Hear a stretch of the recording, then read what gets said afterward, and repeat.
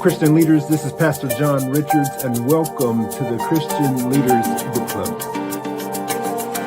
Hey, Christian leaders, I'm Pastor Christopher J. Harris, and I'm your co-host of Christian Leaders Book Club.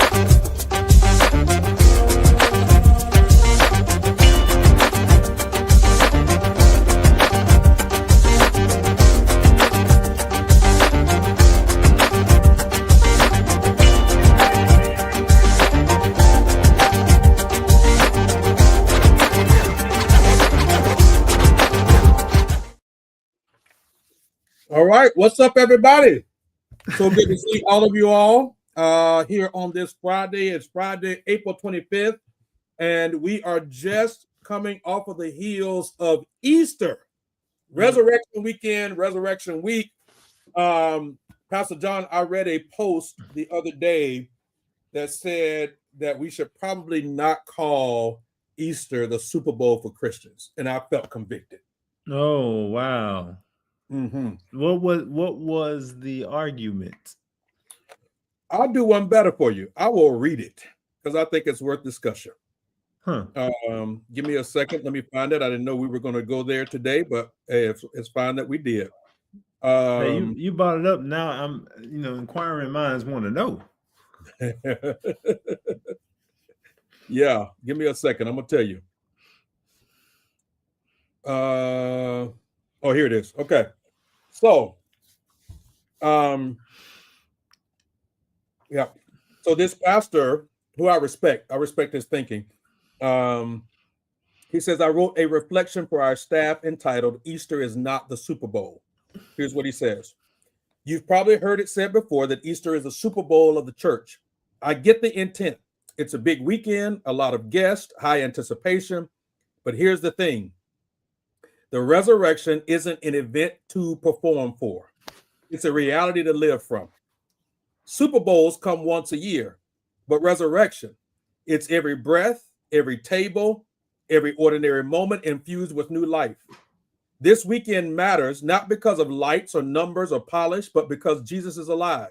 And that means hope is alive, grace is alive, the church is alive to the glory of God. So yes, we'll give our best, but not to impress. We give our best to bless, to serve, to invite people into the mystery and beauty of a kingdom that death couldn't stop. Today isn't about performance, it's about presence. God's, ours, and maybe prayerfully theirs too. So take a deep breath, look someone in the eye, and let's remember, this isn't the Super Bowl, it's the empty tomb. Okay. I like it. Now, is that something that you've been saying for the past several years, communicating that with staff or just normal, regular folks?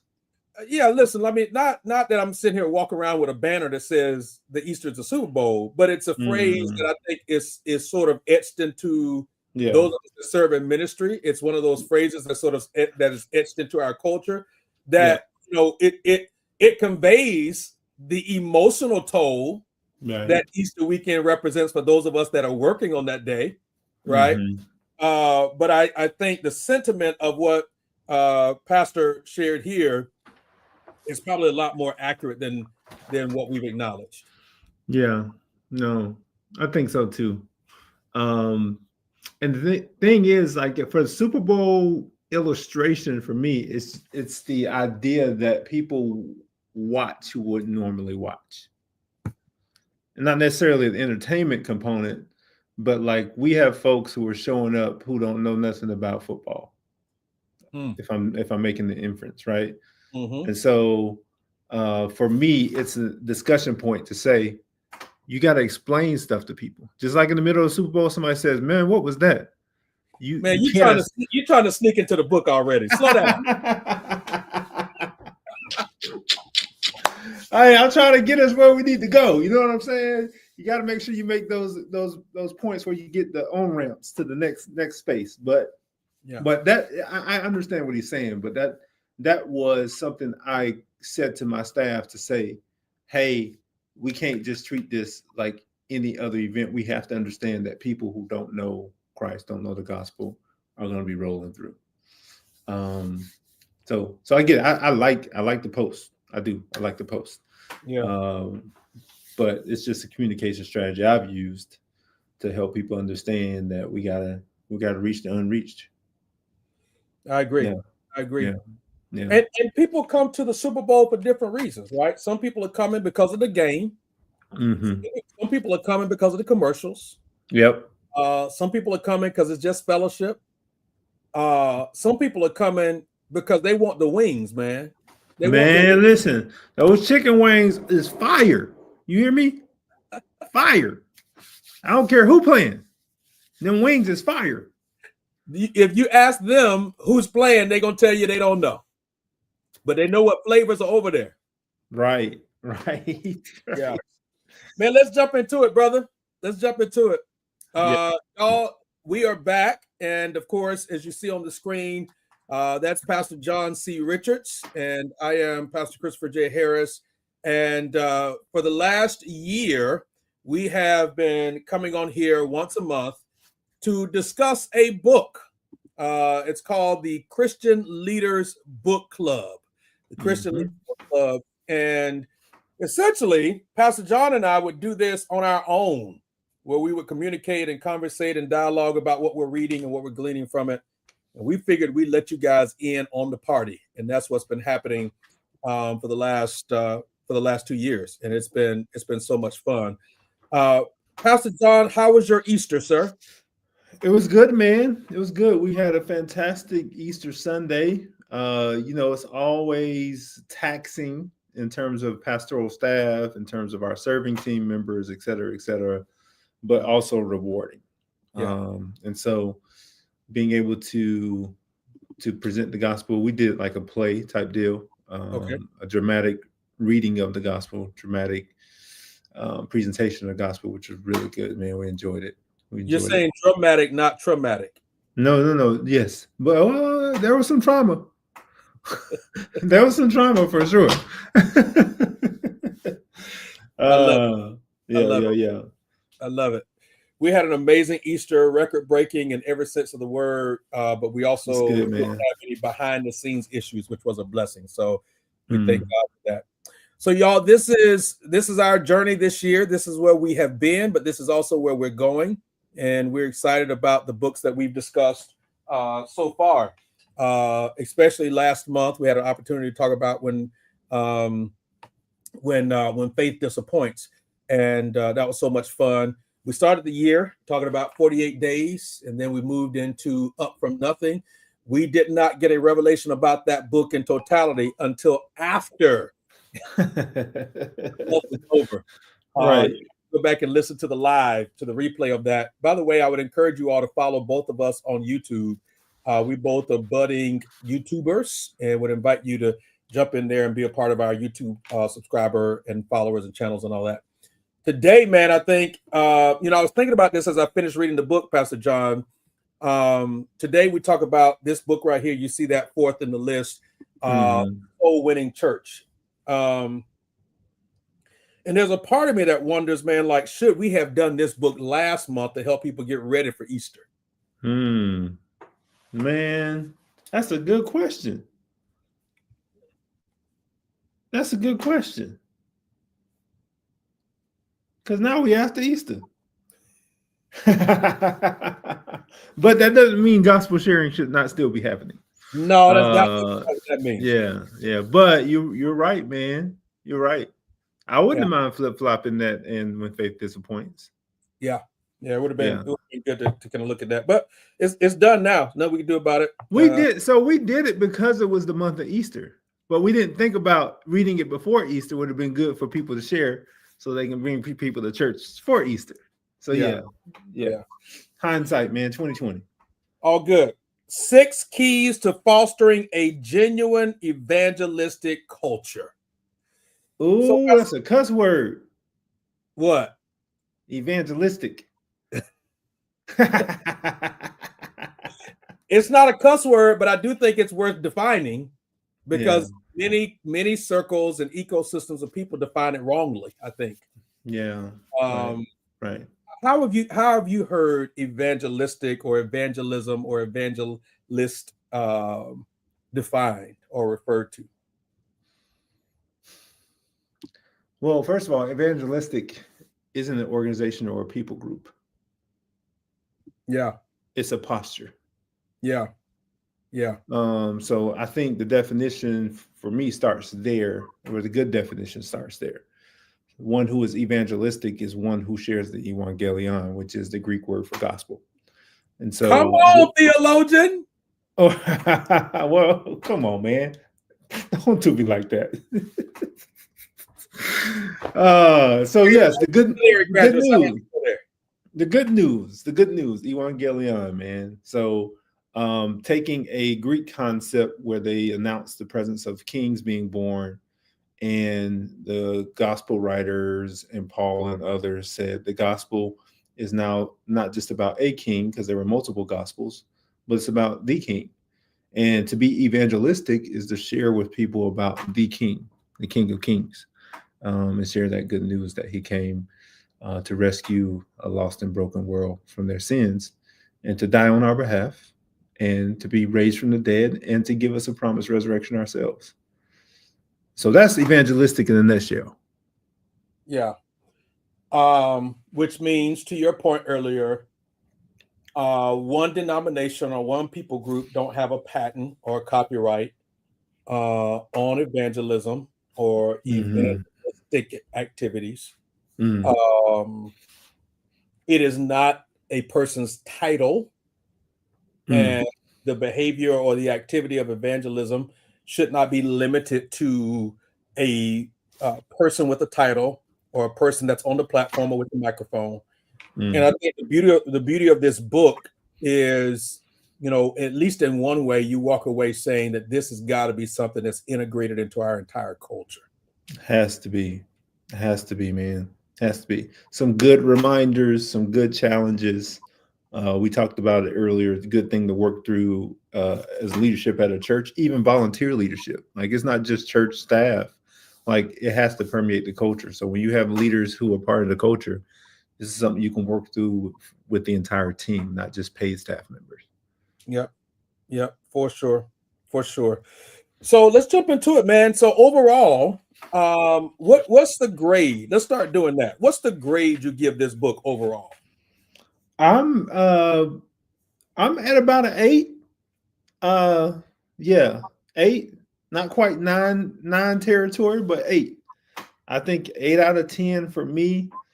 Tells me that the structure of the book as well, they stuck to what their thesis was going to be, the purpose of the book, which they laid out in the introduction. Author tip: if you're going to have a thesis, put it somewhere in the introduction so people can know. And then they just kind of walked through those 6 keys to fostering. So they gave me a roadmap. They took me there, and they gave you practical tips to be able to go through this with any team. And you can't ask for anything more. So practical. Yeah. This book, I was like, okay, come on, give me all the tips, all the steps. I loved, as an aside, how he also multiple times, they also, I should say, both authors, clearly referenced other books, other authors, other thoughts. And they did it in a way that made you say, man, okay, I need to go buy that book. I'm gonna go check that one out. Yep. And we talked a little bit earlier. Both of these authors are part of what is called the Reformed camp. So they're definitely going to be heavy on those types of authors, but solid theologically. And certainly are authors that I've come to know and appreciate, like D.A. Carson, Tim Keller, and others. And so they're going to definitely be heavy on Reformed authors, which you see in the book. But folks are solid folks with some solid content. Yeah. I think the if you once you start reading certain genres of books and areas of ministry books and that kind of thing, you start to hear common threads. And so I think with you offline, I could hear the thread of the Reformed thought in there. And there's especially when we get to the last chapter, I'm sorry, not next to the last chapter, where they start talking about some of the qualifications of those that are serving in ministry and that kind of thing. You hear that, and as long as you're paying attention to what your fundamental doctrinal beliefs are about various groups and all of that, you should be able to hear that with a pure heart to take principle of what they're saying and not necessarily literally what they're saying. That's right, man. That's right. Yeah. This is a Michael Jackson book, by the way, Pastor Christopher. The authors are black and white.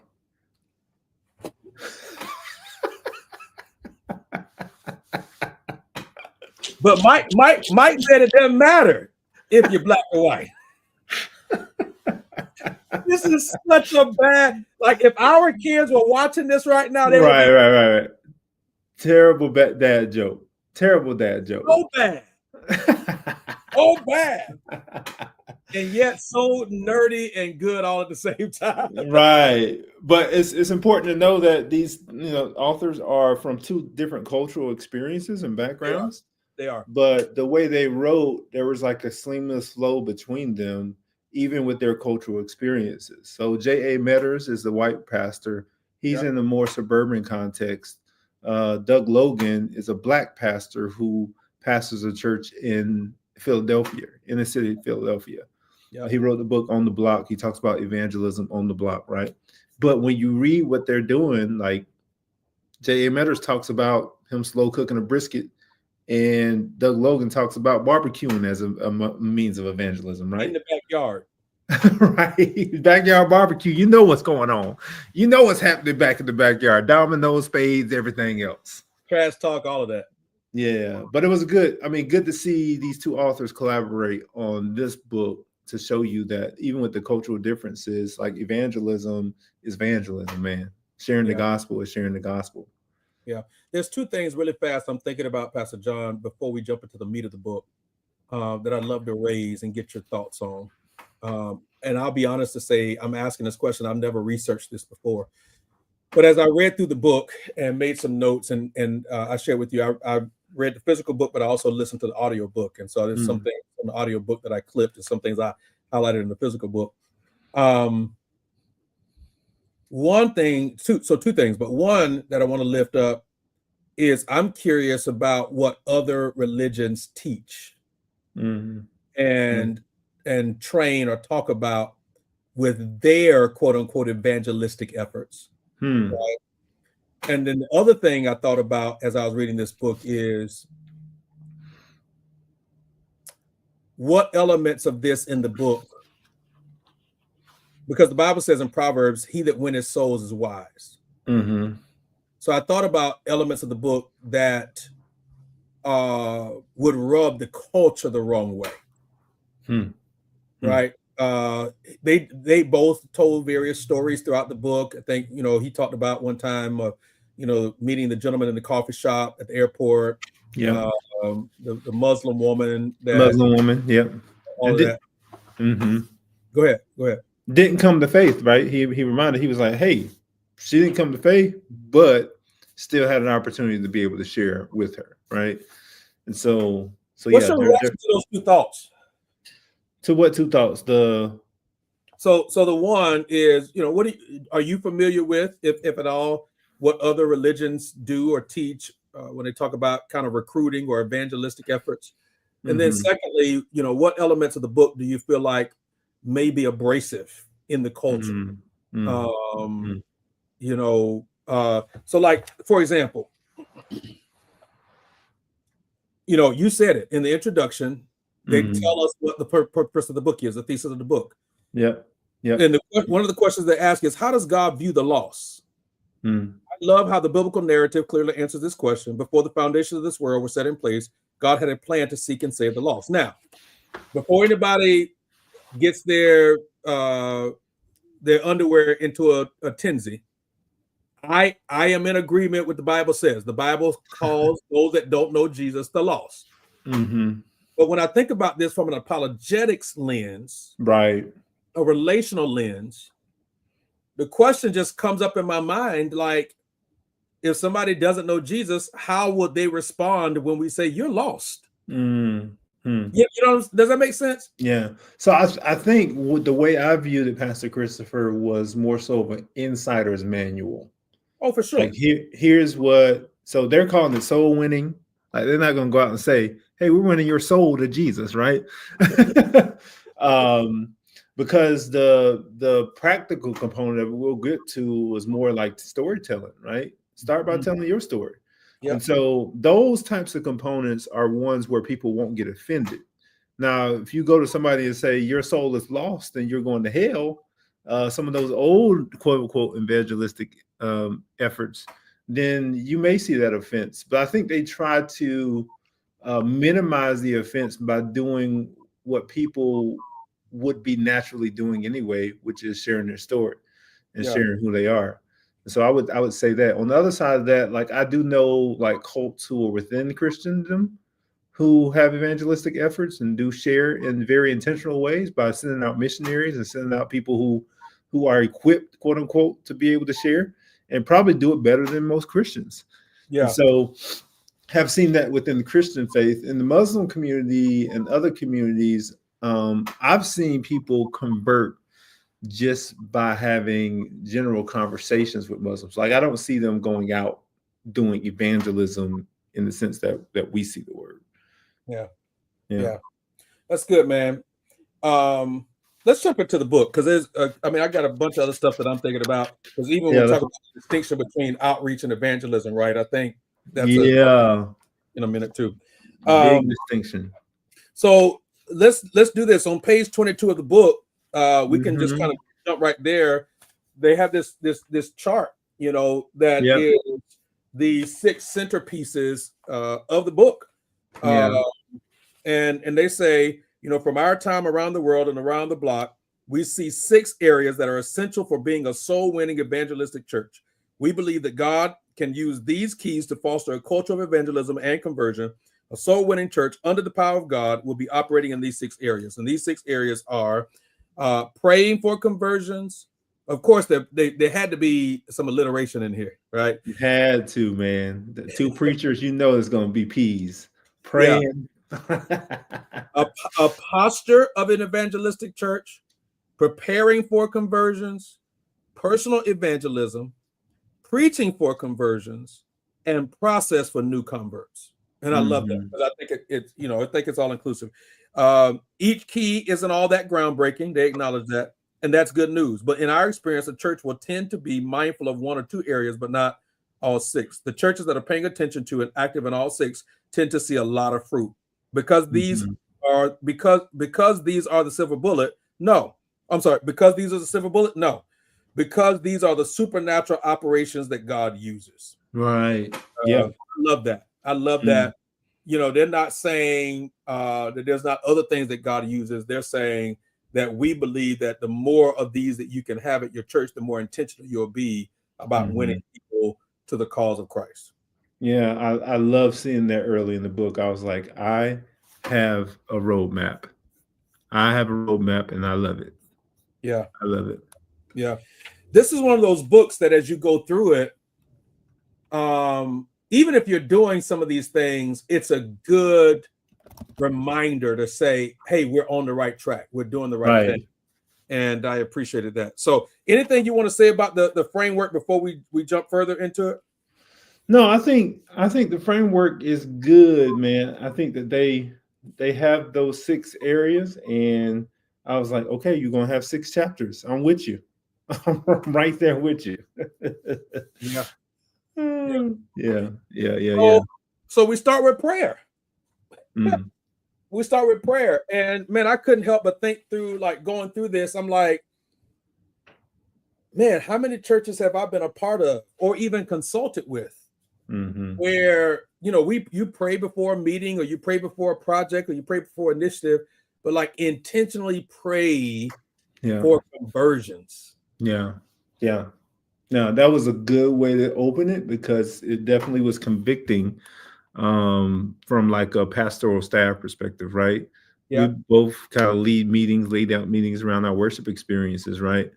And we always talk about technical details. All right, here's the songs we sing, and here's the text, here's da. Man, are we praying for conversions all the time? Yeah.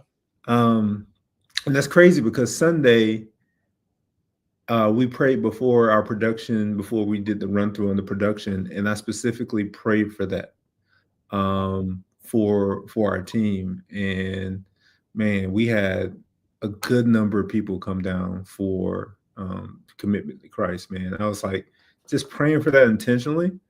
You don't think about those things because you always think about the technical aspects of it. So it was really good to kind of see that as kind of the opening salvo for them. I mean, people be like, yeah, I know prayer, but and they said that in the book, like, hey, people sometimes like prayer is like, okay, that's natural, but we don't always do it. So that was good. Have you ever thought about, Pastor John, how much confusion is created around the responding to the gospel moment? That's something I paid attention to Sunday night as I was reflecting on the day. Really? Yeah, track with me for a second. So in our context, but I'll also say that I've seen this in other places. So historically, at the end of the sermon, there's an opportunity to respond to the gospel. We call that a response time. We call that an altar call. We call that accepting, whatever that terminology is at different people's church. If you actually stop and look to see how much activity is happening in that moment, it's mind-blowing. It is mind-blowing and frustrating. People are starting to suffer papers. Phones are not already out. Their phones are pulling out. You see people starting to get their coats or get their things and start, whatever. You start to see some people start to leave. This is like, wow, the invitation is happening, right? Bro, that's the most frustrating thing for me. And so one of my teams is the ushers at my church. And let me tell you something. They put a whole lot more focus on people not walking during offering. Like they're really, really serious about that. Do they lock the doors at your church? Don't do me like that. Bye, man. Bye. I had to sneak that one in. You opened the door. Saw what I just did. You opened the door for that, bro. And they don't put as much effort during the invitation. And I'm like, which is more important from my perspective? The moment where people are making a decision and that there's so much stuff around them distracting. And you could say as much as you want from the stage, but there has to be something that the people understand, like this moment is just as sacred as any other moment in service. And so I'm with you, man. That thing is so frustrating, man, seeing people walk out, seeing people shuffle. I'm like, bro, 5 more minutes. That's it. And so here's the other thing, right? So, and we don't do this every Sunday, but this past Sunday, we have a room, classroom that we invite those that respond to the gospel to come into that room. We want to give them a 3 or 4 minute talk. We have a book that's called The Next Book, so it outlines some next steps that they can take. We just want to kind of quickly love on them, right? And even in that room, we lay out as best as we can, the people that are coming into this room are the people that are responding to the gospel message. If you need prayer, our prayer team is available. There's nothing really that we can say much more clear, but the amount of people that come into that room just for prayer and not the salvation call is mind-blowing. And I'm just like, is that another? So I'm not one that will always kind of default to spiritual warfare and the enemy's at work. Although we know the enemy is always at work, right? That's not my default in terms of language, because I think sometimes even as Christians, we give more credence and credibility and limelight to the devil than we do to Jesus. But that's another conversation. Right. But I'm like, man, is this the enemy creating confusion? For sure. Moment? For sure. Right? Is that the enemy creating more confusion around this moment? For sure, man. It's the seed ground, right? It's the seed ground, the seed sown in different types of ground, and then the enemy uses that moment to try to pull that seed up, man. It's so frustrating. I'm glad somebody shares my frustration. Yeah. So this notion of praying for conversions, they say it must make it to the culture, right? Make every meeting a prayer meeting. Yeah. Make every meeting a prayer meeting. I thought that was just like, what? Yeah. So easy. Yeah. Yep. Don't let the presence of coffee in your meetings be more consistent than praying. That was one of those zingers. That was one of those zingers. We worried about having coffee and snacks. My. That brother called out. The brothers called out the coffeeholics. Coffeeholics, man. That was good, sir. Man. Yes, sir. Yes, sir. Yeah. I love this whole idea of have more people praying more on Sundays. Right. So here's the question that I think, if you're listening to this and you're leading a ministry or you're part of a church, you're pastor, leader, or serving at a church, I would challenge you to ask yourself, how healthy is our prayer team? And I don't mean just praying on Sunday, but I mean, how healthy is the actual team that leads your prayer ministry? And I would even challenge you to say this: your prayer team needs administrative gifting. For sure. Because that's how you orchestrate ensuring that prayer is interwoven into every fiber and aspect of your church. That's good, man. That's good. They ask, I think, some great questions. The prayer meeting is typically the most canceled and least well-attended event on a church's calendar. Yep. Those are facts. Ain't nobody complaining about that being canceled, but oh boy, cancel something else. They be in my face. Yes, sir. All the time. Yeah. So does your church have a prayer meeting? What does it say if the prayer meeting is the least well-attended meeting? Is there more teaching, singing, and church updates than actual praying at your prayer meeting? Man, can I tell you how many prayer meetings I've been to and there was no prayer? They were just singing and teaching. I'm like, where's the prayer? Where's the prayer? Can we pray? Man, listen. So we have a prayer ministry in our church, and they pray an hour before Bible study every Wednesday. Yeah. And they pray like the whole time. We used to stream it when we were doing it in person, but they still do it. They still pray an hour before Bible study on Wednesdays, man. And so having yourself a strong prayer team, like you said, with administrative gifts as well, to be able to infuse it into every aspect of your church, man, it really supports the work of ministry that the pastors and leaders are doing in ways that you can't even quantify, man. Can't quantify at all. Yep. Are you passionate about the prayer meeting, or is it thrown together an hour before? Ooh, gosh. Just go ahead and cut them with the questions, J.A. and Doug. Go ahead and cut them. Yeah. That was a good opening chapter, man. And then he gives you examples of prayers based on scripture.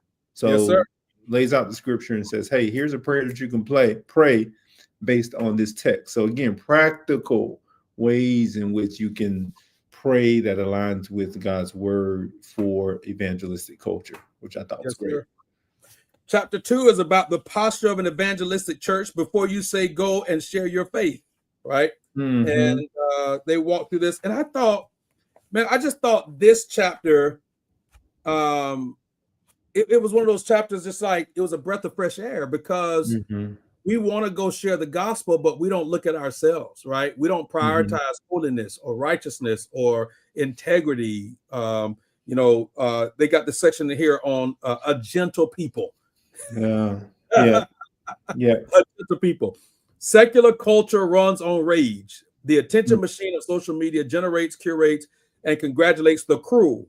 We must lead our people away from the ways of the world, because apprentices of Jesus are meant to follow the way of Jesus, and his way towards sinners is gentle.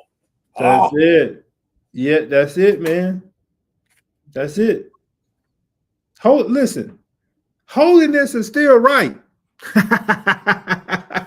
I wasn't going to say it, but I'm glad you did. He said, God loves to use people who are committed to living by and living out the effects of the gospel, who are committed to holiness. Yes, sir. The greatest way you can be evangelistic is to live the thing out.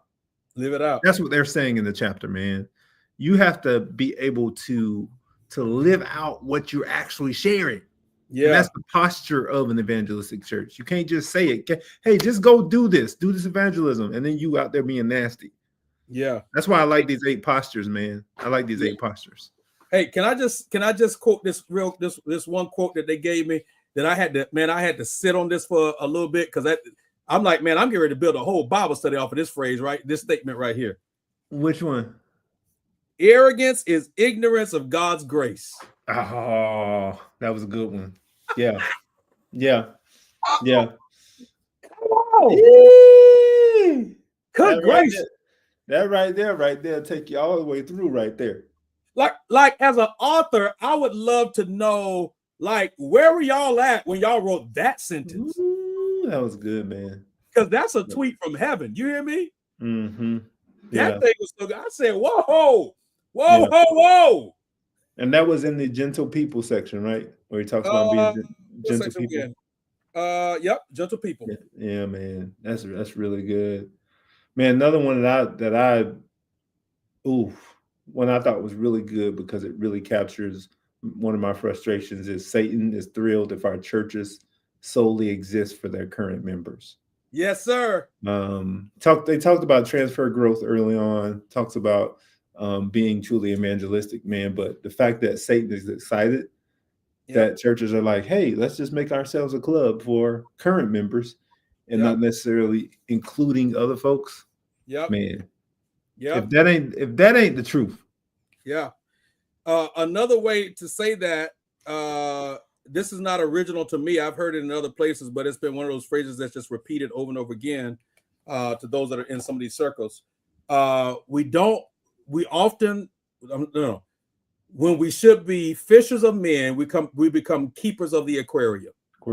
Yeah, man. Yep. That's unfortunate, but it's true. Yeah. The statement that you just highlighted, though, Pastor John, I think there's another statement that was this was another one that I had to just kind of pause and reflect on for a moment, because while you know certain things, when you see it or you read it in certain contexts, it hits you a little bit differently. Evangelism is a battleground of spiritual warfare. Yep. That's the truth, man. The enemy doesn't want us to do it. Yeah, that's right. Yeah. Which is why a lot of people don't do it. Yep.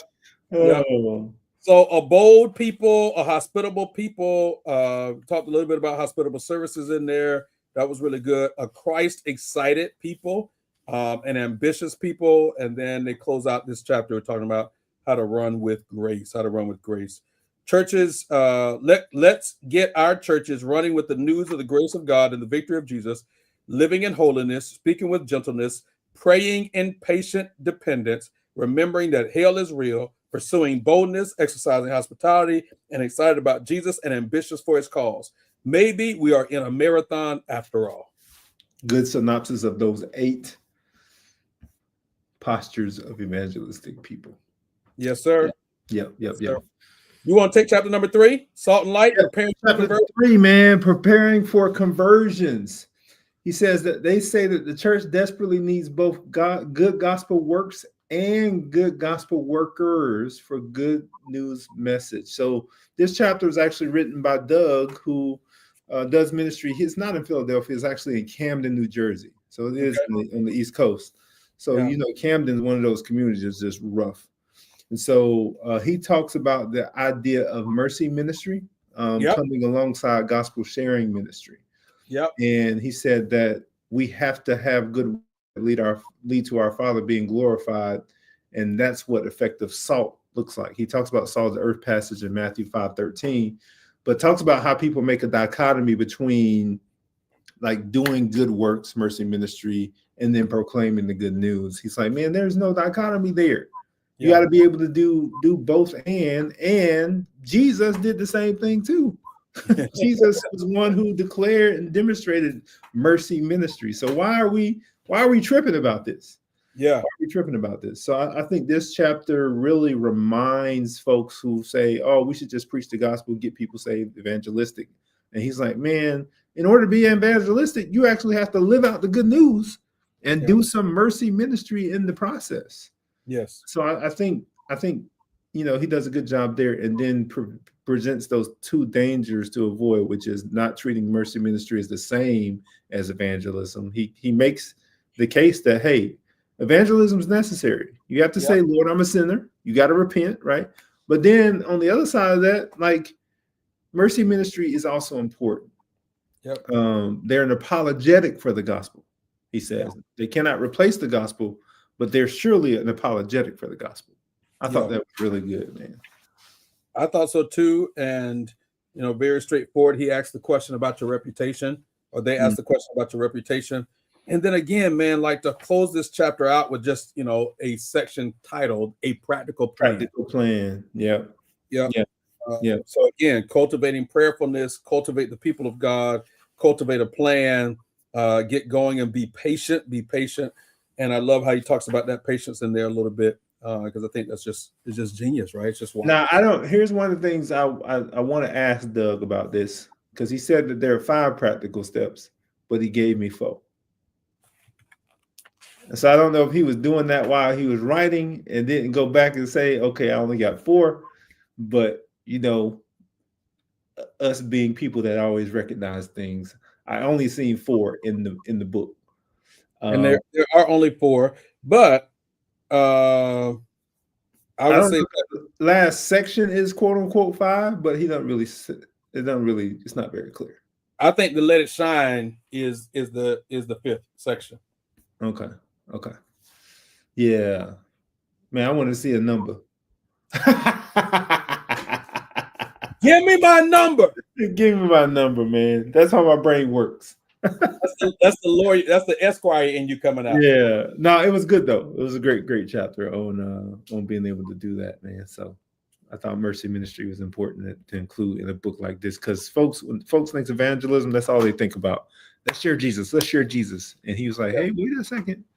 Let's talk about the compassion and mercy that needs to actually be part of that as well. Yep. I love it. Chapter 4 is about personal evangelism. And this was one of those, like, just in case you missed this, let me make this plain for you. Right. So evangelism is personal.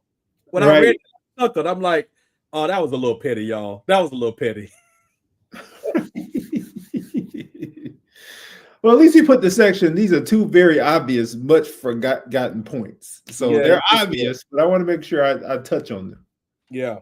And that's where he tells the Starbucks story in there about personal evangelism being evangelistic, right? Yep. That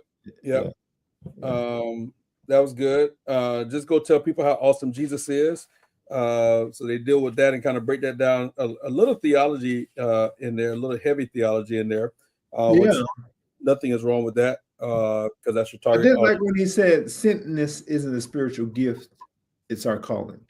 Yeah, that was good. Being sent isn't a spiritual gift, so I thought that was good. Yeah. I love this. He asked, what amazes you about Jesus? What do you love about Jesus? And then he says, talk about that with people. That exactly. You don't know what to talk about? Talk about what amazes you about this person. Yeah. Because a lot of people will default to, well, I don't know what to say, or what happens if they ask certain questions and I don't have the answers to it.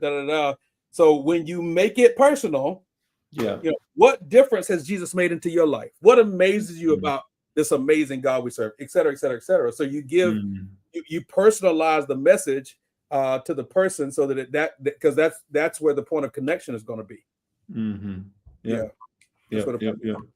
That's good, man. He talks about evangelism in there. People really are ready to hear. 3 antidotes to common barriers: fear of rejection, lack of biblical knowledge, and then the missional laziness. Again, the missional laziness, I think how do I want to say this? Because I don't want to offend people. Going to church is not missional. No. Right? And I hope people don't think that. I think they do. Huh. Okay. Okay. Wow. I think they do. Okay. When I think about some of the conversations that I was raised hearing, some of the reactions that I was raised hearing, I think a lot of Christians want to be evangelistic in Christian environments. and they don't, because they don't see, and I think this is the church's fault. They don't see their everyday work as a mission field and as their platform. Right. Yeah. Yep. So true, man. We just did Bible study on Paul tent making in Acts 18. Yeah. We talked about work as missions, like vocation as calling. That's literally what the Latin word means. Vocare means calling. Yeah. And so, like, recapitulating your work as missions has helped a lot of people, but a lot of people don't feel that way. Like, they feel like their work is just a check, right? Yeah. But if something has paycheck value, how much more value does it have eternally if it can be a mission field, right? And so we got to be able to work through that, man. So yeah, man, that's unfortunate that people feel like going to church is missions. That's crazy. It's crazy. Yeah. This is why I said what I said a few months ago, Pastor John, and I'll go back to it really, really fast. And I've had a lot of people push back against me on this. I think every pastor should have, if you're in full-time ministry, you would do your ministry well if you worked outside of ministry for a season.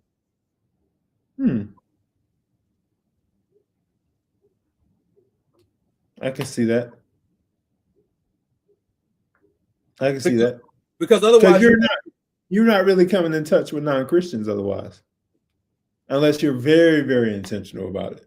But not even that. You preach from a bias that is not realistic for your people, right? So I've worked in corporate environments with the cubicle, and you feel like it's you're just a number, and you got to don't lose your badge, because the badge is it gets you into the building, it gets you into the break room, it gets you into the coffee room. Don't lose your badge, right? In those environments, I've been in sales environments, right, where it's very like, if you don't make this sale, you're not gonna eat, right? So and because of that, I approach the conversation or the statement, my work is my ministry, very differently, because I know what that feels like. Right. A pastor that has never done that or experienced that reality can't embrace that conversation with great totality. It's like you asking a pastor that doesn't work out at all to do a series on health. Right. Yeah. They can do it, but it's going to be limited in perspective. Yeah. That's all I'm saying. No, that makes sense. I see why you got pushback though. Why? Because people ain't trying to do that. They're trying to be in their safe cubicle, spiritual cubicle. Yeah. You know what I'm saying? That forces you to get outside of safe environments. And so people aren't always inclined to do that. I love this section here where it says it doesn't look spectacular. It doesn't have to be a balloon drop. Right. It doesn't have to be glitzy. It can be a barbecue cookout conversation. Yeah. This is a systems conversation for a minute. Because I've often wondered, in an age of social media, does the church have too many cameras and videos out? Maybe. So if I'm going to serve on the corner, but I got a member of our social media team there to capture that, how is that going to make the person receiving the gift feel, or respond. That's one of the things we got to consider, man. Human dignity, right? Yeah. Yep. Let me go back to a quick statement that they make on page 13. Preparation begins with the eyes of the heart. Mm-hmm. Yep. Great word picture.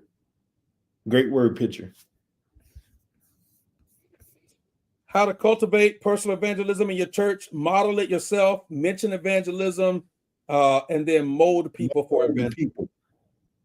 Yeah. Let's talk about 6 questions preaching and teaching for conversion real quick. Let's do it. 6 questions to ask in your sermons or about your sermons that will help you be more evangelistic. Am I preaching to non-Christians in the room? Woo! Stop using all that Christianese. Preach to the people who are not believers as well. I love that. Are we preaching Christ every week? Ooh! Wait a second. You mean to tell me some people don't preach Christ every week? That Jesus isn't the message, isn't the means, isn't the motto, isn't the motivation? Whoops. Come on, M's. Are we preaching all of Christ's person and work? Yeah. Evangelistic churches preach evangelistic sermons, but sermons are not merely evangelistic without meat, but they're also always evangelistic as well. So there's meat in there and there's milk. You got to have meat and milk in order for you to have an evangelistic sermon. Yeah. Do our sermons call for a response? Man, the gospel requires a response. Got to have a response to the gospel. Can I stop on that one for just a second?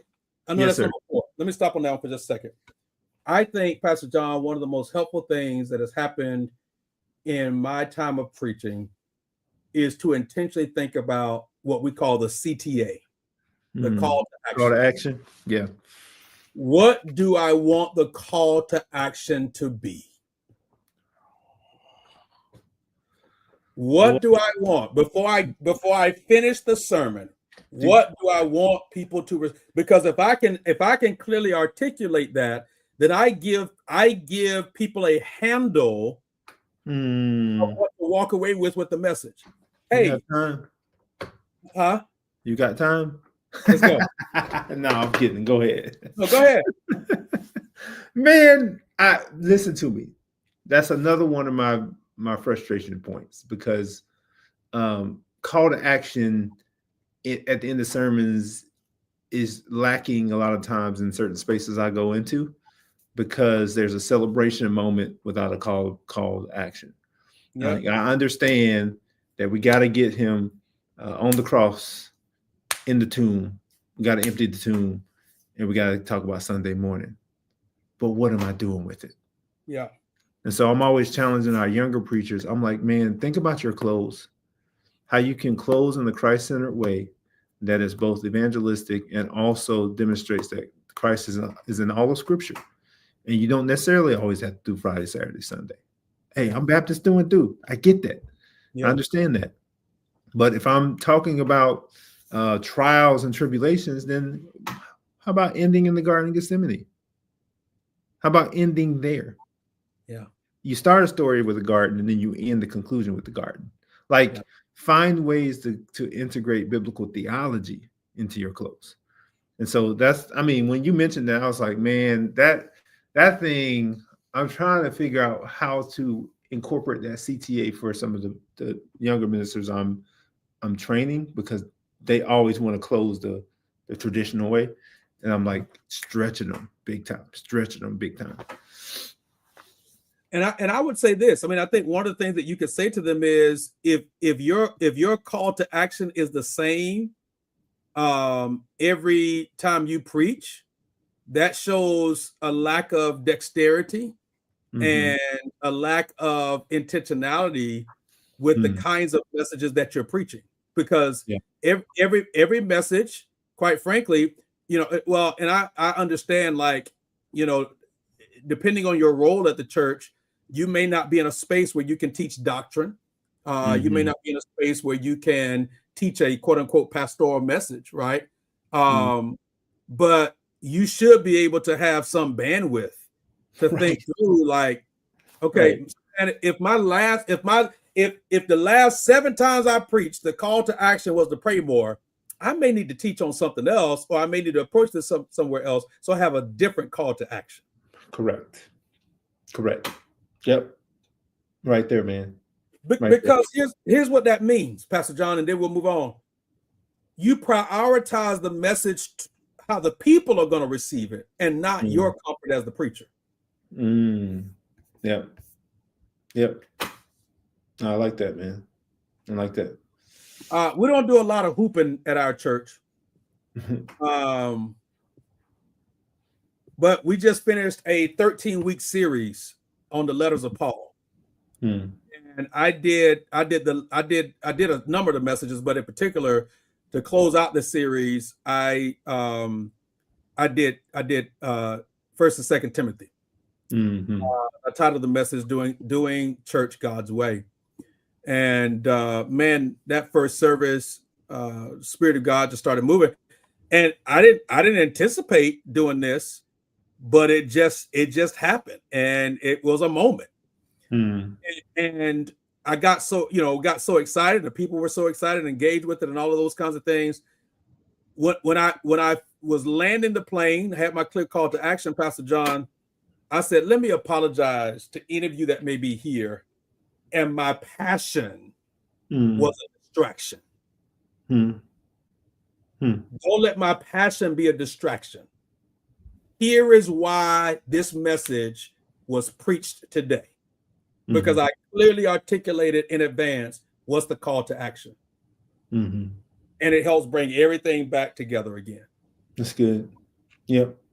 No, that's good, man. You got to preach for response. And that call to action requires repentance in many cases. Turning away from something towards something else. So, yeah. Another question. Are we considering backgrounds and barriers? Some people may have backgrounds and barriers that come up. You got to be able to consider those. And finally, are we preaching with urgency and authenticity? 2 words that we need to think through as preachers if you want to preach evangelistic. Are you doing it with urgency? And then are you being authentic? People can read authenticity, man, like a book, and you got to be authentic with it. So yeah, man, that was chapter number 5. I thought it was good. I love this final sentence. Expect conversions. Expect it. Expect it. Some messages are messages of salvation for new believers, and then some messages are messages of discipleship for reminding existing believers of what they should be doing in the first place. Correct. Yes, sir. That's good. I think we can summarize chapter number 6, the beginning, not the end. That is the process for new converts, as saying this: that you should be able to put your process in a flow chart. Yep. Of how do we bring a person who's a first-time guest or visitor and help disciple and get them mature? How do we move them from milk to meat? And you should be able to explain that process to anybody who asks you about it. Yes, sir. If you cannot, then people are going to fall through the gaps, and you're going to have nominal Christians coming every week to your services. Yep. So good, man. Putting the principles into practice. I love the case studies.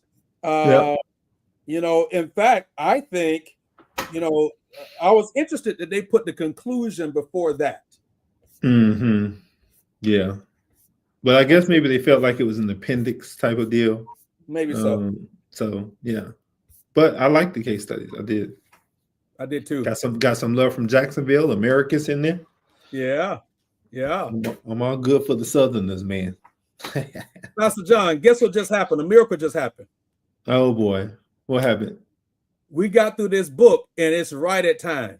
Look at that, man. The Lord works in mysterious ways. That's all right, man. We got through the whole book and it's right at time. And I know you got to go. This was a good book. It was, man.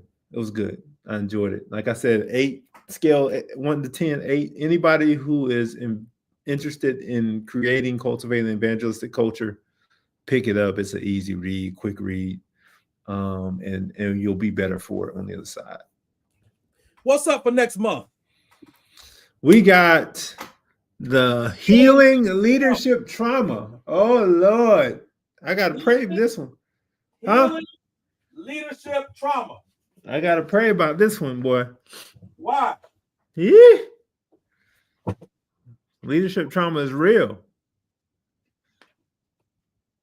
Leadership trauma is real, man. I know a lot of people are dealing with it, so it's gonna be. I hope that's gonna be a good topic. I have not read this book, so I think I only read probably 3 of the next several books we have. I'm sorry, you were looking at that. I'm sorry.